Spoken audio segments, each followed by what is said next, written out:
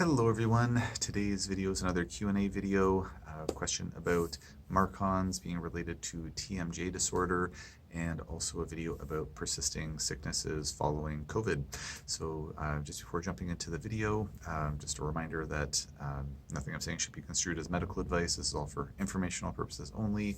If you need any medical advice, please talk to your healthcare provider to get that advice. And also, if at some point you wouldn't mind taking a quick moment to like, share, subscribe, and or post a quick comment on the video, I'd really appreciate it. So thanks in advance for taking a second to do that. So the first question here, it says, I got my nasal MARCoNS result today. I have to start EDTA spray. My right TMJ has been dodgy for years and hurts, as does my right ear.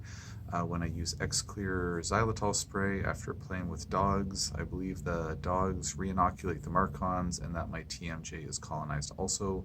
I'm wondering how TMJ MARCoNS can actually be treated. So yeah, thank you for the question. I mean, I'm not aware of dogs re-inoculating with MARCoNS, so that might be a thing, but I've not heard of that, so I just don't know, can't really comment on that.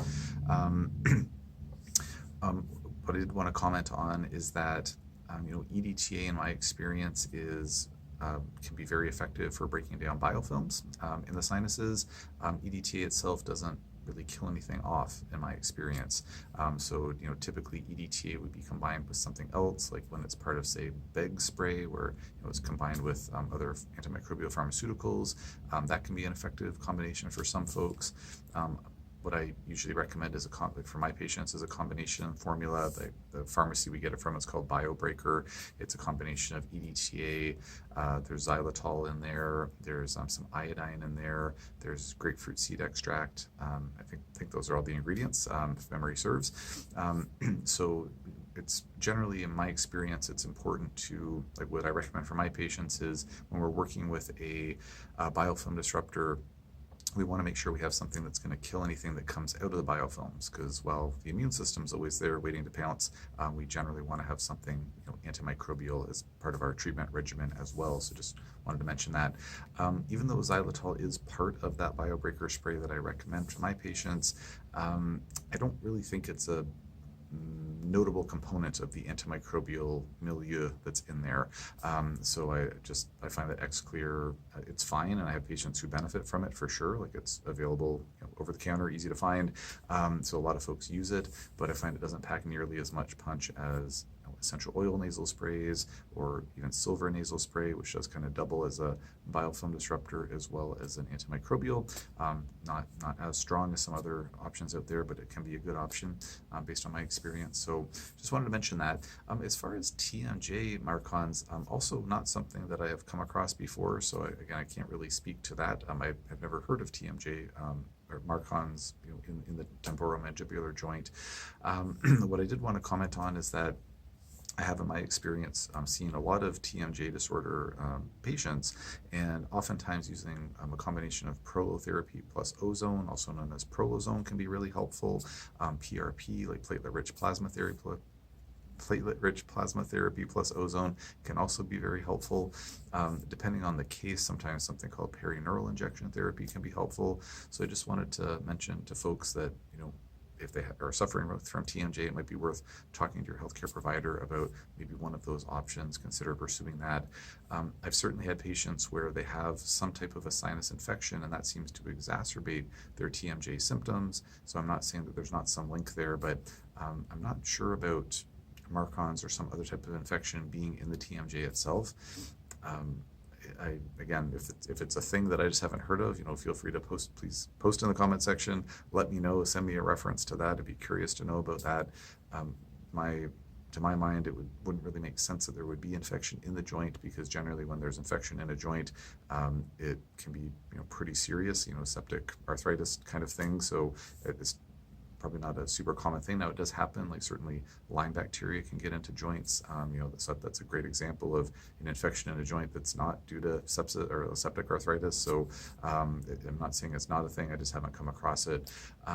What I would say is that if I happen to know that my patient did have some type of a microbe in their TMJ, the ozone that would accompany the PRP or the prolotherapy does have a very robust antimicrobial effect to it, and so that's something that would be if there was MARCoN in a TMJ, then intra-articular ozone would be something that I would consider for one of my patients.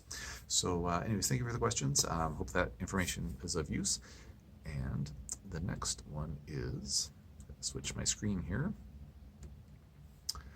So it says, can you do a video on the endless cycles of sickness with intense post-viral coughing some people are experiencing post-COVID? Why is this happening, and how people/families can break the cycle? So thank you for the questions. Sounds like that's probably happening to you, whoever's asking the question there. So sorry to hear about that. I hope everybody's feeling better soon.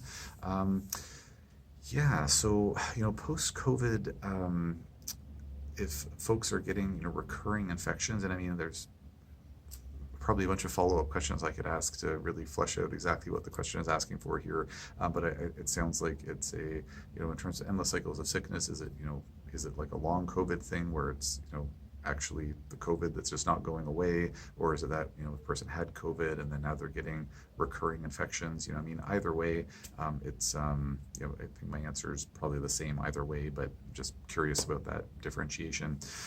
So to my understanding, COVID is really good at activating the inflammasome in the body. The inflammasome is this term that refers to this inflammatory cascade of cytokines that basically just creates a lot of inflammation in the body. When there's more inflammation in the body, that's generally regulated by the Th2 branch of our immune system. And when the Th2 branch is more active, so when we're more inflamed, then the Th1 branch doesn't work as well, and we can't fight off infection as easily, so we're more prone to infection. And so what I found in my experience is that in those cases, working with things to help rehabilitate the immune system, that help to kind of get that Th2, Th1 balance back in place, can be really important. So vitamin D at adequate levels is important. And when I say at adequate levels, that really depends on what are the blood levels of the patient. Some people need 1,000 international units a day. Some people need 10,000 international units a day. It just really depends on the case. There's this herbal formula. It was actually formulated by one of my former professors at my old naturopathic college, Dr. Anthony Godfrey, this amazing fellow, very beautiful individual, like just the softest, gentlest personality, just such a wonderful guy, herbalism professor there, and he passed away some years ago, but he formulated this, put together this formula through this company called St. Francis Herb Farms. They're based out of Ontario here in Canada, and their products are available widely across Canada, pretty much every supplement store, grocery store, etc. I don't know what the availability is like in the US, I'm not sure, but there's this formula called Deep Immune, so D-E-E-P, sorry, D-E-E-P, yep, deep, like deep underground, so Deep Immune, and that Deep Immune has a combination of different herbs in there that have a immune system regulating effect, so it helps to kind of dampen down some of that Th2 and boost up some of that Th1 immunity. And I've seen that help so many patients who are getting recurring infections over time, whether it's just patients who are getting recurring infections related to COVID or not. So that can be a really good formula to work with. As per usual, I can't offer any dosages or treatment advice over social media, but something to maybe talk to your healthcare provider about is maybe being a good option if that seems to be something that you might need.